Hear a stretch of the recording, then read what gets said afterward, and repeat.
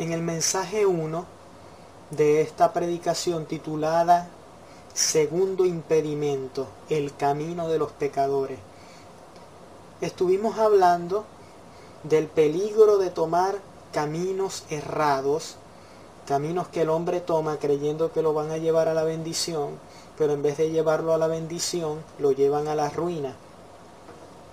Este es el segundo mensaje. Espero poder cubrir toda esta enseñanza en este mensaje. Si no, va a ser necesario que publiquemos un tercer mensaje de esta predicación. Esto es una serie que hemos titulado El amor a la palabra de Dios y sus tres impedimentos, basada en el Salmo capítulo 1. Salmo capítulo 1.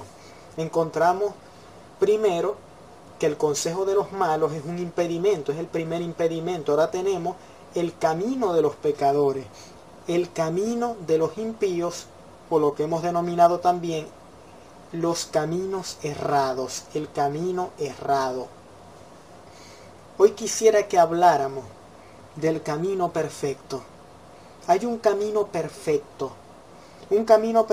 que nos lleva, en vez de la muerte, como llevan los caminos de los pecadores, eso lo analizamos y lo estudiamos en el mensaje pasado, llevan a la muerte. Y la muerte significa separación. Cuando una persona muere físicamente, su cuerpo se separa de su alma y espíritu, de su parte interna, de la parte que nosotros no vemos, pero sabemos que existe. Esto yo creo que ya lo hemos explicado, pero por si acaso lo volvemos a explicar. Cuando nosotros hablamos de muerte espiritual, hablamos de muerte, o sea, de la separación del espíritu del hombre y Dios. Y su propósito es que los seres humanos puedan tener vida y vida en abundancia. Entonces hoy vamos a hablar del camino perfecto. Quisiera que nos fuéramos al Salmo capítulo 119, versículo 1. Salmo 119, versículo 1. Si usted tiene una Biblia, le pido que nos siga en este estudio bíblico, en este estudio de la palabra del Señor, o que tome nota. Como en cada predicación leemos varios versículos, varios pasajes de la Escritura para confirmar la palabra, usted puede también tomar nota. Leamos el versículo 1 del capítulo 119 de Salmos. Dice: Bienaventurados los perfectos de camino, los que andan en la ley de Jehová. Hay una condición para ser bienaventurado. ¿Y cuál es? De acuerdo a este versículo, los perfectos de camino son los únicos. Para ser bienaventurados debemos ser perfectos de camino. Cuando yo digo esa persona es perfecta de corazón, estoy diciendo que su corazón es perfecto. Cuando yo digo esa persona es perfecta de mente, estoy diciendo que su mente es perfecta. Cuando acá la Biblia, en el pasaje bíblico, nos dice, la Escritura acá, bienaventurados los perfectos de camino, está diciendo que el camino de estas personas es perfecto. Entonces, no solamente es un consejo seguir el camino perfecto. Si nosotros queremos ser bienaventurados, se convierte en una condición. Para ser bienaventurados, nosotros debemos seguir el camino perfecto. El camino perfecto. Y lo primero que nosotros debemos conocer, por supuesto, es saber cuál es el camino perfecto. Todos queremos ser bienaventurados. Todos queremos recibir de Dios el bien. Como dice la Escritura, recibiremos el bien de Dios y el mal no lo recibiremos. Es importante recibir el bien de Dios, recibir la bendición de Jehová, la bendición del Todopoderoso. Ahora, ¿cuál es el camino perfecto? Yo les voy a hablar hoy del camino perfecto. Hay un camino, y ese camino se llama Jesucristo. El camino no se llama el catolicismo. El camino no se llama el adventismo, los adventistas. El camino no se llama los testigos de Jehová. El camino no se llama el bautismo, los bautistas. El camino no se llama los presbiterianos. El camino no se llama los solo Jesús. El camino no somos nosotros los que predicamos la palabra. El camino no somos nosotros los que decimos ser cristianos. Los que decimos que somos cristianos hemos entendido cuál es el camino, pero nosotros no somos el camino. El camino es uno. El camino no es una iglesia. La iglesia de Cristo, el cuerpo de Cristo, son los bienaventurados que han tomado el perfecto camino. Pero ellos no son el camino. Nosotros como iglesia somos un medio solamente para que las personas conozcan el camino. Es decir, nosotros como iglesia, nuestra función es darle a conocer a la gente cuál es el camino. Pero nosotros no somos un camino. No somos un camino. Puede decirse que actuamos como un precamino, es decir, como aquellos que enseñan a las personas el camino, pero no somos el camino, damos a conocer el camino. Y esa es nuestra función como cristianos, dar a conocer el camino. Por algo nos llamamos cristianos y la razón es porque seguimos ese camino. Ese camino, querido oyente, se llama Jesucristo. Jesucristo es un camino. Cuando nosotros pensamos en un camino, nos imaginamos una carretera, nos imaginamos un camino de arena.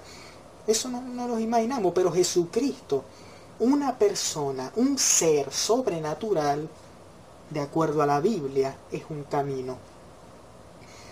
Juan 14:6 diría que es uno de los pasajes centrales del cristianismo.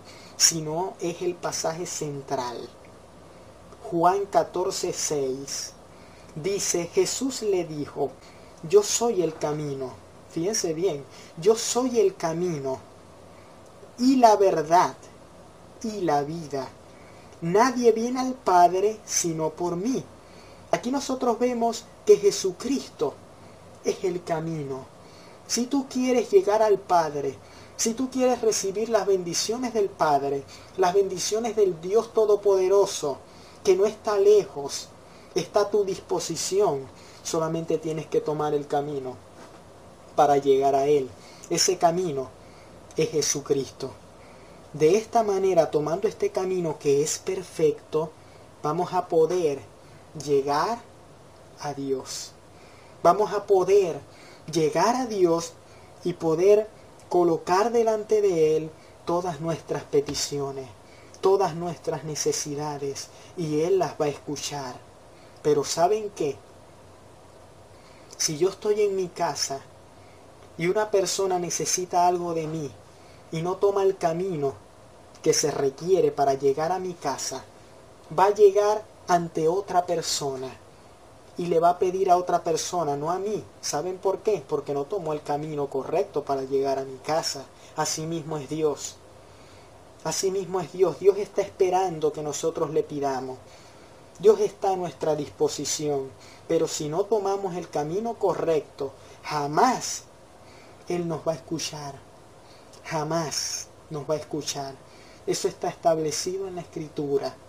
Debemos tomar el camino correcto. El camino correcto para que Él escuche nuestras peticiones. Y recuerdo en este momento un pasaje que está en Primera de Juan. En Primera de Juan. Dice Primera de Juan capítulo 5, versículo 13 y 14. Quisiera que me acompañaran también en este versículo. Dice, estas cosas os he escrito a vosotros, para que creáis en el nombre del Hijo de Dios, para que sepáis que tenéis vida eterna, y para que creáis en el nombre del Hijo de Dios. Y esta es la confianza que tenemos en Él, que si pedimos alguna cosa conforme a su voluntad, Él nos oye. Ahora, fíjense bien lo que dice el versículo 13. Estas cosas os he escrito a vosotros para que creéis en el nombre del Hijo de Dios. Fíjense bien la primera característica que menciona aquí. Estas cosas os he escrito a vosotros que creéis en el nombre del Hijo de Dios, para que sepáis que tenéis vida eterna. Estas personas que creen en Dios tienen vida eterna. Y dice, y para que creáis en el nombre del Hijo de Dios. Y esta es la confianza que tenemos en Él, que si pedimos alguna cosa conforme a su voluntad, Él nos oye. Pero hay unos requisitos acá para que Él nos oiga. Hay unos requisitos. Primero, creer en el nombre de Dios. Segundo, eso nos va a llevar a tener vida eterna. Porque si leemos unos versículos anteriores, en el versículo 12 dice, el que tiene al Hijo, o sea Jesucristo, tiene la vida. Y el que no tiene al Hijo de Dios, no tiene la vida. Entonces, ¿la vida dónde está? La vida ¿dónde está? En el Hijo. Por eso es que el versículo que leímos en Juan 14:6 dice, yo soy el camino, yo soy la verdad y la vida. Y la vida. Este camino nos conduce a la vida. En vez de conducirnos a la muerte como los caminos errados de los que estuvimos hablando en el mensaje número 1. Bueno, el camino de Jesús nos lleva a la vida y no a la muerte. Y todo lo que vamos a pedir conforme a su voluntad, Él nos va a oír. Pero tiene que ser conforme a su voluntad. Ahora, ya pasando esto, quisiera que nos fuéramos al Salmo 84:5. Salmo 84:5. Salmo 84:5. Dice la palabra del Señor. Bienaventurado el hombre que tiene en ti sus fuerzas, en cuyo corazón están tus caminos. Está hablando el salmista acá a Jehová. Está hablando a Jehová. Y le dice, bienaventurado el hombre que tiene en ti sus fuerzas, en cuyo corazón están tus caminos. Hay algo que nosotros debemos considerar. Los caminos que nosotros vemos con nuestros ojos no pueden estar dentro de nosotros por lógica. Yo no puedo meter un camino de tierra en mi corazón. Eso es ilógico. Pero el camino perfecto del que estuvimos hablando ya, que se llama Jesucristo, Él debe habitar en nuestras vidas. Por eso es que aquí dice, en cuyo corazón están tus caminos. Están tus caminos. ¿Cuál es el camino? ¿Cuál es el camino perfecto? ¿Cuál es el camino para llegar a Dios? El camino de mi casa. Si yo digo, ese es el camino de mi casa, es el camino para llegar a mi casa. Si aquí dice, en cuyo corazón están tus caminos, los caminos de Dios son los caminos que Él ha establecido para que nosotros lleguemos a Él. ¿Y cuál es el camino? Para llegar al Padre, para llegar a Dios, Jesucristo. Pero aquí está diciendo, bienaventurado el hombre que tiene en ti su fuerza, en cuyo corazón están tus caminos. Es decir, nos está diciendo, nos está queriendo revelar Dios acá en este pasaje. Jehová nos está queriendo revelar que en nuestro corazón debe estar ese camino que se llama Jesucristo. En nuestro corazón. No es un camino que nosotros podemos decir, sí, yo sé que Él es el camino. No, debe habitar en nuestro corazón. Debe estar en nuestro corazón para que seamos bienaventurados. Otra característica del camino verdadero. Ya vimos que es Jesucristo. Ya vimos que somos bienaventurados si tenemos el camino perfecto. Pero hay otra cosa. Ese camino que se llama Jesucristo debe habitar en nuestro corazón. Debe habitar en nuestra vida. Es por eso que en cada mensaje que nosotros terminamos acá en Predicando por Internet, o predicando en Internet, hacemos un llamado a las personas que quieran convertirse y quieran aceptar a Jesucristo en su corazón. Aceptar a Jesucristo en su corazón es un mandato que está en la Biblia, acá está. Y podemos decir otros versículos donde Dios nos hace ver la necesidad de que Jesucristo habite en nuestros corazones, de que Jesucristo esté en nuestras vidas. Y si Jesucristo está en nuestras vidas, los frutos nos van a enseñar, o los frutos van a darnos a entender que en realidad tenemos a Cristo en nuestros corazones. No es solamente creer en Dios. El Evangelio de Cristo, la salvación, no solamente es de estar consciente de que Jesús se entregó por nosotros. No es solamente estar consciente de que su sacrificio pagó nuestra culpa y pagó nuestra condena. Es tenerlo en nuestro corazón, es sentirlo en nuestras vidas, es que Él haga un cambio, porque donde está Cristo hay un cambio. Si algo se caracteriza a Jesús, es que donde Él está hay un cambio. Hay un cambio. En el principio creó Dios los cielos y la tierra estaba desordenada y vacía, dice Génesis capítulo 1. Allí comenzó Dios a actuar y trajo vida, trajo la luz, comenzó a darle vida, comenzó a crear plantas, comenzó a crear animales, comenzó a crear peces, comenzó a crear vida. Porque donde Dios está, donde Jesús está, hay un cambio. Hay un cambio. En cada casa donde Jesús entraba, sucedían cosas maravillosas. Sucedían cosas tremendas. Solamente, fíjense bien, sin entrar, muchas veces solamente Jesús decía la palabra, como hizo con el siervo del centurión. Solamente dio la palabra de lejos, ni siquiera entró, porque el centurión le dijo: no soy digno de que entres a mi casa, solamente di la palabra y mi siervo sanará. Y Jesús dio la palabra e inmediatamente trajo sanidad. Porque donde Jesús actúa, donde Jesús entra, donde entra su palabra, allí hay un cambio. Si yo digo de que yo tengo la palabra en mi corazón y no hay un cambio, es porque la palabra de Dios no está en mi vida, no está en mi corazón. La palabra, Dios mismo, Jesús, debe entrar en nuestro corazón, debe entrar en nuestras vidas. Y cuando Jesús entra en nuestras vidas, es que sucede el cambio. Es como cuando nosotros nos mudamos a una casa. ¿Qué pasa cuando nosotros nos mudamos a una casa que ya estaba hecha? Nosotros comenzamos a acomodar las cosas. Esta cosita va aquí, los muebles van acá, voy a acomodar el comedor, no lo voy a colocar acá, lo voy a colocar allá más atrás. O este cuarto era el matrimonial, pues no, voy a cambiarlo para el otro cuarto. En fin, nosotros hacemos cambios. Así mismo es Dios. Cuando entra en el corazón de una vida, cuando entra en nuestro corazón, Dios cambia nuestras vidas y nos acomoda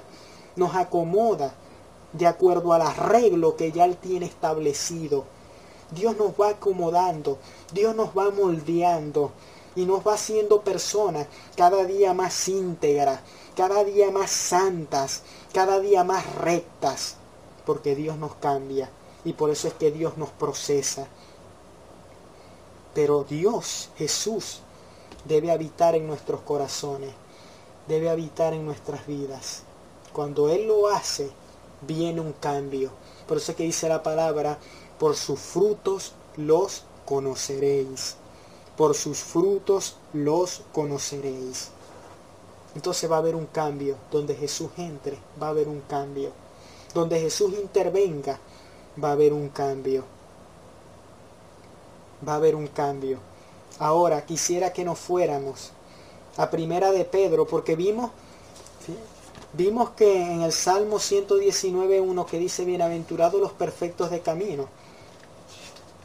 Ya vimos en Juan que Jesús es el camino. Ahora tú dirás: pero ¿será el camino perfecto Jesús? ¿Será el camino perfecto? Jesús es el camino. pero también es perfecto. Es decir, tiene las dos palabras. Es camino y también es perfecto. Ya vimos que Él es el camino. Pero tú te preguntarás, ¿será perfecto ese camino? Si es perfecto. Y quisiera que me acompañara a Primera de Pedro, capítulo 2. Primera de Pedro, capítulo 2, versículo 21 y 22. ¿Qué nos dice la Escritura? Dice, pues para esto fuisteis llamados, porque también Cristo padeció por nosotros, dejándonos ejemplo, para que sigáis sus pisadas. Como dice, para que sigáis sus pisadas. Es decir, debemos seguir su ejemplo. Dice, el cual no hizo pecado, ni se halló engaño en su boca. ¿Qué? No hizo pecado. ¿Quién no hizo pecado? Está hablando de Cristo. Jesucristo no hizo pecado. Por lo tanto, es perfecto. Dice la palabra que Él nunca pecó, que fue tentado en todo sin pecado. Fue tentado en todo, pero no cometió pecado. Entonces hallamos otra característica de Jesús. No solamente es camino, no solamente es el camino, sino que es perfecto también. Para que se cumpla Salmo 119.1 en nuestras vidas, debemos tomar en cuenta el camino perfecto. Y el único que es camino, y el único que es perfecto también, que tiene esas dos características, es Jesús, el Hijo de Dios. Él es el camino perfecto. Él es el camino que nos lleva a la vida. Y sé que este mensaje lo pueden estar escuchando muchas personas que no han tomado la decisión por Cristo. Él es el camino perfecto. Y como Él venció las tentaciones, como Él fue perfecto, Él también nos puede enseñar a nosotros a vivir en santidad, a vivir en pureza, a vivir en perfección. Es por eso que las características de un verdadero hijo de Dios es que anda en santidad, es que anda en pureza, es que anda en perfección. Por eso dice la palabra, sean perfectos como Dios es perfecto. Vámonos a Mateo capítulo 7. Mateo capítulo 7 del versículo 13 al 14. Un texto también muy leído en el Evangelio o en el cristianismo. Este versículo dice, entrad por la puerta estrecha. Fíjense bien cómo dice, entrad por la puerta estrecha, porque ancha es la puerta y espacioso el camino que lleva a la perdición, y muchos son los que entran por ella. Es decir, muchos son los que entran por esta puerta ancha. Esa puerta es ancha. Cualquiera entra por allí. Ese camino es ancho. Ese camino que es el camino del pecado. El camino que siguen los pecadores y que los va a llevar a la muerte, como dice acá. Lleva a la perdición. Lleva a la muerte ese camino. Lleva a la ruina. Muchos son los que entran por ese camino. Y si muchos son los que entran por ese camino, es porque entran engañados. Porque creen que los va a llevar a un destino mejor, creen que los va a llevar a la riqueza, creen que los va a llevar a la bendición, pero no, los va a llevar a la perdición. Muchas personas creen que en la mayoría está la verdad. No, esa debe ser la verdad porque la mayoría lo acepta, no. El hecho de que la mayoría lo acepte no quiere decir que sea la verdad. No quiere decir que sea la verdad. Es por eso que cuando en un país se escoge por voto popular, se escoge por elección, por democracia, se realizan votaciones en un país, el país sencillamente lo que hace es seleccionar a la persona o al candidato presidencial que obtuvo más votos, que obtuvo la mayoría. Pero el hecho de que obtenga la mayoría no quiere decir que el país eligió al mejor. No quiere decir que el país eligió al mejor candidato. Muchas veces la mayoría se equivoca. No, yo no voy a aceptar a Cristo porque son tan poquitos los cristianos en este mundo. Son tan poquitos, son tantas las personas que supuestamente demuestran que Dios no existe. Son tantas las personas que dicen que Dios no existe, que eso es una mentira, que eso es algo falso. Son tantas las personas que yo tomo la decisión de no hacerle caso a Jesús. Eso es mentira la Biblia. Ten cuidado porque la mayoría muchas veces no tiene la verdad. La mayoría muchas veces, como dice aquí, siguen los caminos errados. Siguen los caminos que los van a llevar a la ruina, los van a llevar a la perdición. Y les coloco un ejemplo. En el principio el pueblo de Israel tenía jueces, no tenía reyes. ¿Pero qué? El pueblo de Israel, viendo que las demás naciones, la gran mayoría de naciones tenía reyes, ellos también quisieron un rey. Se dejaron llevar por la mayoría. Y allí vino Saúl, que hizo lo que no fue agradable delante de Dios. Y hoy vamos a ver un ejemplo de Saúl. Vamos a estar hablando de un ejemplo de Saúl. Saúl no hizo lo bueno, él fue desechado. Tenemos a David que hizo lo recto. Tenemos a Salomón. Y tenemos cantidad de reyes que hicieron lo malo, una gran mayoría. Y tenemos reyes que hicieron lo justo. Pero esa no fue la voluntad de Dios. La voluntad de Dios no era que ellos tuvieran rey. Pero Dios sencillamente obró en medio de eso. Dios lo permitió. El hecho es de que Dios permite. Dios permite y en base a su misericordia, Él actúa. Dios permite que nosotros muchas veces pasemos por dificultades. No es su voluntad, pero Dios lo permite. Y Dios hace lo que tenga que hacer para convertir ese mal en bien. Dios permitió que ellos eligieran rey. Luego nosotros vemos cómo le fue mal al pueblo de Israel. Tuvieron períodos de bendición, de prosperidad, y caían en la idolatría luego. Tenían reyes perversos que los incitaban a adorar dioses ajenos, dioses de otras naciones. Y vemos que Dios los tuvo que pasar por el cautiverio, como estuvimos hablando en el mensaje número 1 de esta predicación. Los hizo pasar por ese cautiverio. Y bueno, gracias a Dios, Dios trató con ellos, dejaron la idolatría, pero tuvieron que pasar por muchas adversidades. Dios lo permitió, pero Dios en su misericordia se guardó un remanente fiel que le temiera, un remanente fiel. Y muchos judíos aceptaron a Jesucristo. Al igual que hoy muchos judíos también aceptan que Jesucristo es el Mesías. Entonces nosotros vemos cómo el pueblo de Israel se dejó llevar por esa mayoría. Y a partir de allí conocemos la historia del pueblo de Israel, vemos la historia del pueblo de Israel. A partir de allí nosotros podemos estudiar mucho de lo que pasó con la historia del pueblo de Israel. Ellos trazaron su historia a partir de esos acontecimientos. Trazaron una historia y Dios permitió que esa historia fuera trazada. Cuidado con la mayoría. No nos dejemos llevar por la mayoría.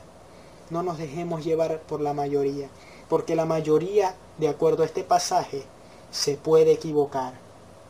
Al igual que el pueblo de Israel lo hizo. Dios permitió eso. Dios lo permitió. Pero dio a su Hijo unigénito, lo trajo al mundo para que nosotros los gentiles, los que no somos del pueblo de Israel, fuéramos salvos. Entonces, si a ti te ha ¿Has pensado en esto de que y esa duda te ha cautivado, te ha perseguido esa duda por mucho tiempo, de que el cristianismo puede ser que no sea verdad porque muchas personas lo rechazan? De acuerdo a esta palabra, Dios está diciendo acá que muchas personas lo van a rechazar, porque fíjense bien lo que dice el versículo 14, porque estrecha es la puerta y angosto el camino que lleva a la vida, y pocos son los que la hallan. Pocos, una minoría, son pocos los que hallan la vida. Son pocos. Si tú quieres saber cuál es el camino que va a llevar a la vida, cuál es el camino que va a llevar a la salvación, si tú quieres saber, Dios mío, cuál es el camino, porque hay tantas religiones, porque hay tantas denominaciones, cuál es el camino, aquí hay, aparte de que es Jesucristo, aquí Dios está diciendo a través de su palabra que van a ser pocos los que hallen ese camino. Pocos los que entren por ese camino, pocos los que sigan ese camino, son pocos, son pocos, son pocos. Por eso es que la salvación, no todo el que diga yo creo en Dios es salvo, porque si fuera así, gran parte de la humanidad cree en Dios. No es ninguna minoría, no son pocos los que dicen yo creo en Dios, pero pocos son los que guardan su palabra, los que siguen en verdad el camino perfecto. Si en realidad fuera así, de que seríamos salvos y entraríamos a la vida eterna por decir solamente yo creo en Dios, entonces no son pocos los que van a entrar a la vida, son muchos, porque casi todo el mundo dice eso. Pero no es así. Son los que en verdad toman el camino perfecto y tienen a Jesucristo en su corazón y han experimentado un cambio en sus vidas. Ese es el camino perfecto. Ese es el camino perfecto. Camino que Dios nos debe enseñar, como dice el Salmo 32:8. Salmo 32:8 dice: te haré entender y te enseñaré el camino en que debas andar. Sobre ti fijaré mis ojos. Te enseñaré el camino. Te enseñaré el camino. Dios enseña el camino. ¿Y saben cómo lo enseña? A través de su palabra. A través de su palabra. Si tú quieres ser enseñado por Dios, acá está el camino. Acá está su enseñanza. En la Biblia, en las Sagradas Escrituras, está la enseñanza de Dios. Y es precisamente acá en las Sagradas Escrituras donde Dios nos dice en Juan 14:6 que Jesús es el camino, la verdad y la vida. Se cumple. Dios enseña cuál es el camino. ¿Cómo lo enseña? A través de su palabra. A través de su palabra. Y también el Salmo 119, leámoslo. Salmo 119 del 33 al 35. Dice: enséñame, oh Jehová, el camino de tus estatutos, y lo guardaré hasta el fin. Dame entendimiento, y guardaré tu ley, y la cumpliré de todo corazón. Guíame por la senda, camino. Vimos en la primera predicación, en el primer mensaje, en el mensaje número 1, que senda es lo mismo que camino. Guíame por la senda de tus mandamientos. Hay un camino que nos va a llevar a guardar el mandamiento de Dios, a guardar el mandamiento, a guardar los mandamientos de Dios. ¿Cuál es ese camino? Jesucristo. Porque Jesucristo nos va a llevar a la perfección, nos va a llevar a la santidad, porque Él es el camino perfecto. Él fue perfecto y nos va a enseñar perfección. Él fue santo, nos va a enseñar santidad. Va a ser un trabajo en nosotros que nos va a llevar a caminar en santidad. Nadie puede ser santo si no es a través de Cristo, porque Él es el único que fue perfecto. Porque dice la palabra que por cuanto todos pecaron, están destituidos de la gloria de Dios. Ningún ser humano nos puede enseñar santidad. No es que yo soy bueno, yo he sido bueno, como le dijo el joven rico. Yo soy bueno, yo todos los mandamientos los he guardado desde mi juventud. ¡Wow! Pareció un santo. Nada más que Jesús le dijo, vende todo lo que tienes y dáselo a los pobres. Allí se le fue el chiste al joven rico. No amaba a Dios con todo su corazón. Y estaba violando Él decía que guardó todos los mandamientos de Dios. Pero dice el mandamiento, amarás a Dios con todo tu corazón, con toda tu alma y con toda tu fuerza. Mandamiento con promesa. Amarás a tu Dios con todo tu corazón, con toda tu alma y con toda tu fuerza, con toda tu mente. Y amarás a tu prójimo como a ti mismo. Es un mandamiento, pero él no lo obedeció, porque prefirió su riqueza, amó más sus riquezas que seguir a Jesús, que seguir a Dios. Entonces, estaba violando un mandamiento.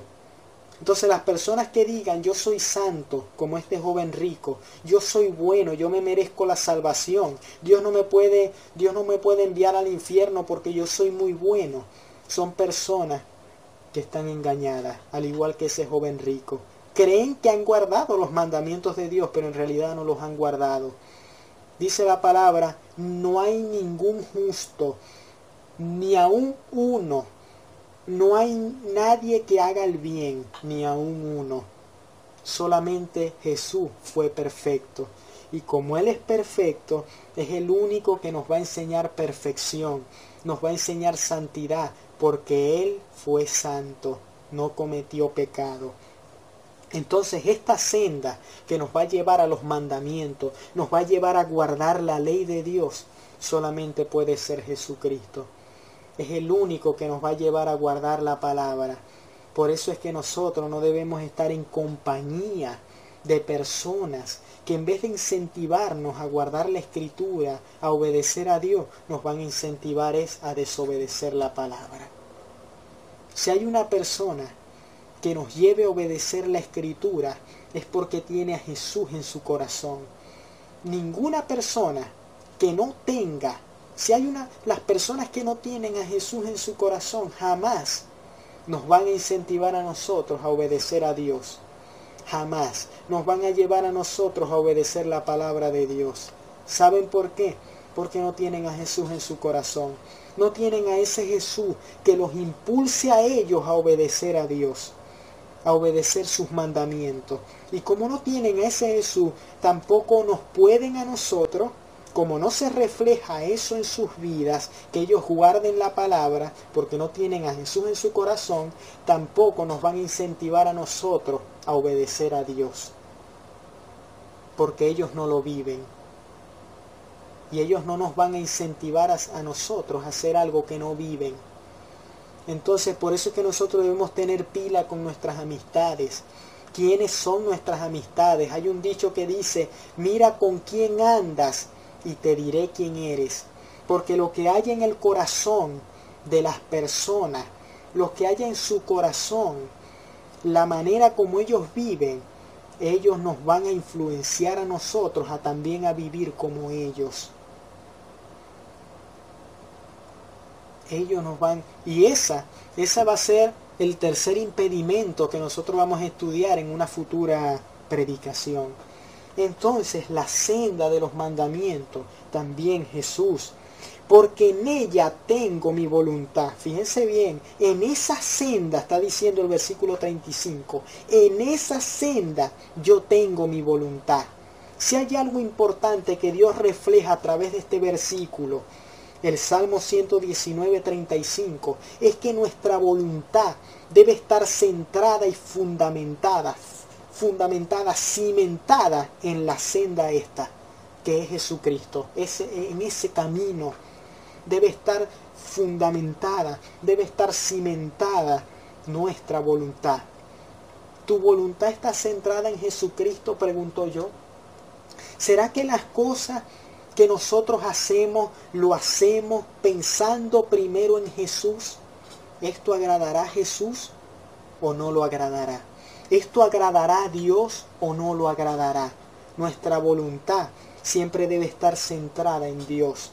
Nosotros no podemos tomar decisiones que vayan en contra a la voluntad de Dios. Primero debemos pensar, debemos meditar y estar conscientes, de verdad conocer si las cosas que nosotros vamos a hacer en un momento determinado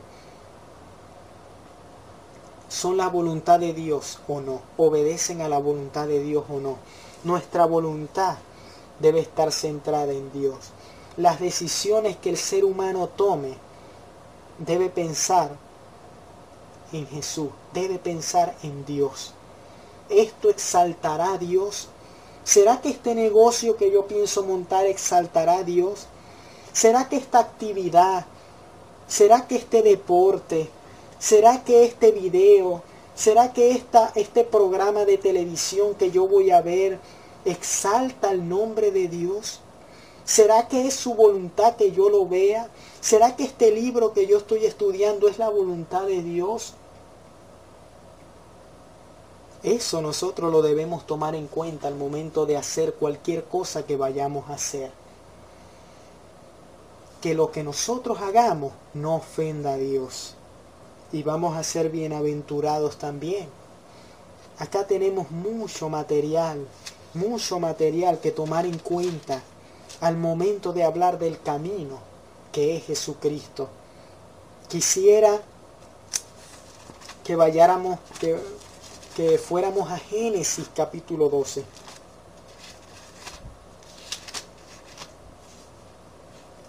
Génesis capítulo 12.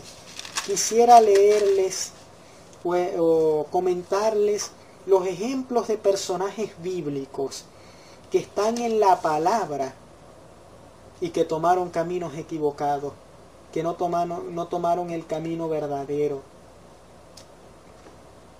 En Génesis capítulo 12 del versículo 10 al versículo 20, acá nos habla que Abraham, en ese momento Abraham, luego su nombre fue cambiado por Abraham. Él tomó a Sara, que también su nombre fue cambiado por Sarai, luego su nombre fue cambiado por Sara. Había hambre en la tierra y él fue a Egipto y él vio que su mujer era hermosa. Él creyó que a él los egipcios lo iban a matar. Lo iban a matar para quedarse con su mujer. Y él dijo, ella es mi hermana. Él mintió. Él utilizó un arma, que es el engaño. Él tomó un camino que fue el engaño. El engaño. Entonces Faraón, fíjense bien como dice el versículo 15, también la vieron los príncipes de Faraón y la alabaron delante de él y fue llevada la mujer a casa de Faraón. Y dice el versículo 17, mas Jehová hirió a Faraón y a su casa con grandes plagas por causa de Sarai, mujer de Abraham. Él lo hirió, él hirió su casa con plagas. Y dice en el versículo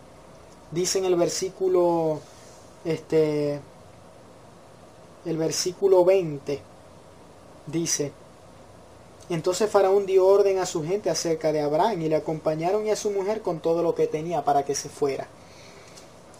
Aquí nosotros vemos algo. Abraham, en vez de confiar en Dios, en vez de buscar la dirección de Dios, él lo que hizo fue utilizar el engaño. Y jamás en la Escritura nos dice que nosotros debemos mentir. La mentira no es de Dios. La mentira no es un camino bueno, ni un camino agradable. La mentira es un camino de mal. Es un camino que va a llevar a las personas al mal. Y aquí están los resultados. Los resultados fueron desgracia para la casa de Faraón, para su familia, porque Dios lo hirió con plagas. Ahí nosotros vemos el resultado de un camino equivocado, plagas, enfermedad, dolencia. La enfermedad puede ser traída por haber tomado un camino equivocado. Debemos tomar en cuenta eso. No siempre las personas son tan enfermas por eso. Porque el apóstol Pablo también tenía un aguijón en su carne. Posiblemente era una enfermedad en sus ojos. No fue por pecado, por esas cosas. Pero sí, acá en este caso fue por haber tomado un camino equivocado, lo que produjo el engaño. Abraham volvió a cometer el mismo error en Génesis 20. Ahora fue con Abimelech. Con Abimelech volvió a cometer el mismo error, pero ahora Dios, ¿saben lo que hizo? Cerró la matriz de las mujeres que vivían en su casa. Génesis 20:17 dice el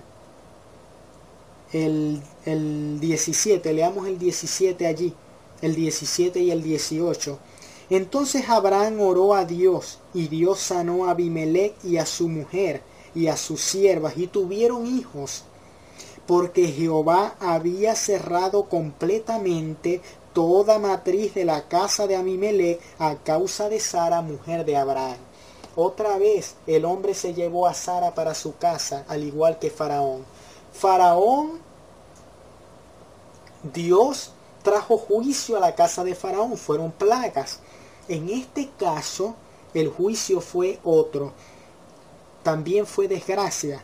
Pero en este caso, Dios cerró la matriz de todas las mujeres de la casa de Abimelech para que no tuvieran hijos. Luego Abraham oró por él, por su casa, y ellas pudieron tener hijos. Sus matrices fueron abiertas. La matriz de cada una de ellas fueron abiertas y pudieron tener hijos.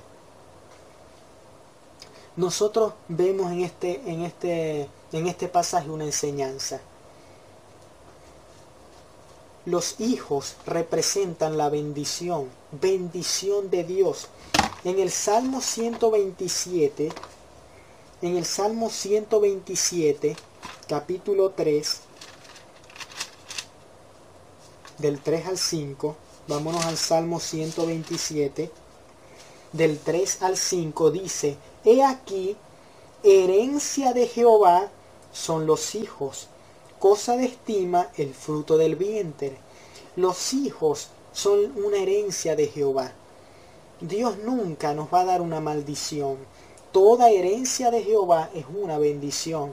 Pero por eso dice la palabra que la bendición de Jehová es la que enriquece y no añade tristeza. Como saetas en manos del valiente, versículo 4, así son los hijos habidos en la juventud.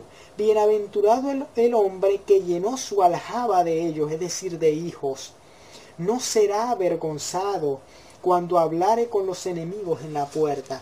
Va a ser bienaventurado el hombre que tenga hijos, la persona que tenga hijos, porque los hijos son una bendición. Y aquí nos da un mensaje, lo que pasó con Abimelech. Tomar un camino equivocado jamás nos van a llevar a obtener una bendición, jamás. El haber tomado el mal camino trajo como consecuencia que ellos no pudieran dar hijos, que esas mujeres no pudieran dar a luz hijos, es decir, no pudieran obtener bendición, porque los hijos son una bendición. Asimismo son aquellas personas que toman caminos equivocados. Cuando una persona toma caminos equivocados, caminos errados, jamás va a experimentar la bendición de Dios. Porque la bendición de Jehová viene de Jesucristo. Es el medio que Dios ha establecido para que nosotros seamos bendecidos. No un camino equivocado, sino el camino verdadero. El que toma caminos equivocados jamás va a ser bendecido, jamás. Y aquí Dios nos aclara. La bendición cesa. Cuando una persona toma caminos equivocados, la bendición jamás llega a su vida. Jamás. Tiene que intervenir Dios. Y cuando interviene Dios, allí sí hay bendición. Porque aquí oró Abraham por él, por su familia, y allí fue donde pudieron tener hijos. Donde pudo la bendición de Dios, que son los hijos, llegar a su casa. También tenemos otro ejemplo de engaño, y es el ejemplo de Jacob. ¿Saben qué? Jacob engañó a Isaac, su padre, para quedarse con la primogenitura. Jacob era el segundo hijo de Isaac. Él tuvo a Esaú, que era el primogénito. Ya Esaú le había vendido su primogenitura a Jacob por un plato de potaje, pero Isaac iba a bendecir a su hijo mayor, a Esaú, y le dijo: tráeme una casa, ve y casa, y tráeme alimento, tráeme comida, yo te voy a bendecir. Le iba a dar la bendición de primogenitura. Entonces Rebeca le dijo a Jacob que se colocara los trajes de Saúl, y le colocaron piel, creo que era de carnero, que le colocó piel en sus brazos, en su cuello, para que cuando Isaac tocara a Jacob creyera que era Esaú, porque Esaú tenía mucho pelo, era un hombre que tenía mucho pelo. Entonces él lo engañó. Jacob engañó a Isaac, su padre, para que Isaac le diera la bendición. Pero luego nosotros vemos que eso tuvo consecuencia, porque José, que era el hijo, que podemos decir el hijo favorito de Jacob, sus hermanos le tenían envidia y lo vendieron a unos mercaderes, se lo llevaron a Egipto. Y los hijos de Jacob le dijeron al padre que una bestia lo había matado, y la túnica de colores que le había dado Jacob, le llevaron esa túnica a Jacob y le dijeron: mira, acá está la túnica llena de sangre, seguramente fue una bestia que lo mató, que se lo comió. Entonces fíjense bien lo que dice Génesis 45, 27. Génesis 45, 27. Cuando pasaron muchos acontecimientos y luego Jacob se da cuenta de que su hijo es gobernador, él se convirtió, José, en gobernador de Egipto, y sus hermanos le dijeron que él era gobernador de Egipto. Y cuando le dieron la noticia, fíjense bien lo que dice Génesis 45, 27. Y ellos le contaron todas las palabras de José, los hermanos de él, que él les había hablado. Y viendo Jacob los carros que José enviaba para llevarlo, su espíritu revivió. El espíritu de Jacob estaba como muerto. Tal era la tristeza que sentía Jacob, porque creyó que su hijo se había muerto, daba ya por muerto a su hijo, que él estaba como muerto, y espiritualmente su espíritu, era tanta la tristeza que estaba como muerto. Y luego que en realidad se dio cuenta de que José vivía aún, aquí dice que su espíritu revivió. Y continúa diciendo: entonces dijo Israel es Jacob, su nombre también fue cambiado por Israel. Dice: basta, José mi hijo vive todavía, iré y le veré antes que yo muera. Se dio cuenta de que su hijo vivía. ¿Y saben cuántos años pasaron? ¿Cuántos años pasaron? Pasaron aproximadamente 22 años desde la última vez que Jacob había visto a José. Pasaron 22 años aproximadamente desde que le llegó la noticia de que posiblemente José había muerto. Aquí nosotros vemos la consecuencia de un engaño. Jacob engañó a su padre, sus hijos también lo engañaron y le causaron una muerte espiritual. O sea, su espíritu estaba como muerto, como muerto. porque eso es lo que causa tomar un mal camino. Tomar un mal camino causa muerte. Él tomó el camino del engaño y aquí nosotros vemos las consecuencias. 22 años de su vida creyendo que su hijo había muerto y él estaba como muerto también. Tanta tristeza. A eso conducen los malos caminos, los caminos equivocados, los caminos errados. Tenemos también otro ejemplo en Josué capítulo 6.